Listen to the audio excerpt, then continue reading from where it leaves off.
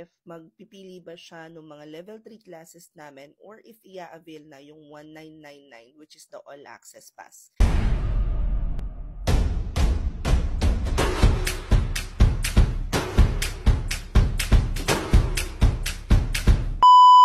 To give you a better overview kung paano mamili kung saang class kayo sasali, you have to ask yourself first, ano kayo ka-determined na magta-transition na kayo to freelancing? How much time can you allocate para dun sa learning? Kung hindi ka pa sure kung ano yung gusto mong i-offer na service, you have two choices. We have what we call the Revamped Basic Work from Home Training Program. It's only 399 pesos, super low commitment, at yung oras niya is Monday to Friday, 6 to 8 sessions lang siya, 6 to 8 p.m. Pero kung sure ka na gusto mo na mag-transition or freelancer ka na gusto mo na talagang mag-upskill or magkaroon ng additional services na pwede mong i-offer, then you might wanna check yung aming Top VIP All Access Pass. Yun yung 1,999.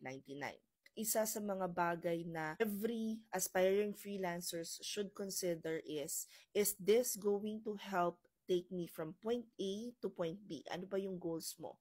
Ano yung gusto mong ma-achieve out of this training? Were you looking to learn how to get the untapped client demographics?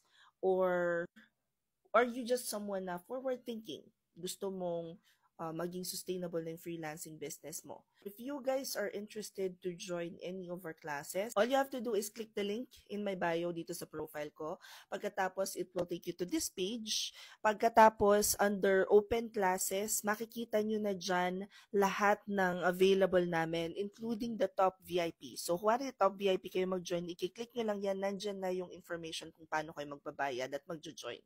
If nasa Instagram naman kayo, ito yung i-click nyo. At in case na hindi gumagana yung TikTok at Facebook, punta na lang kayo dito sa Facebook page ko.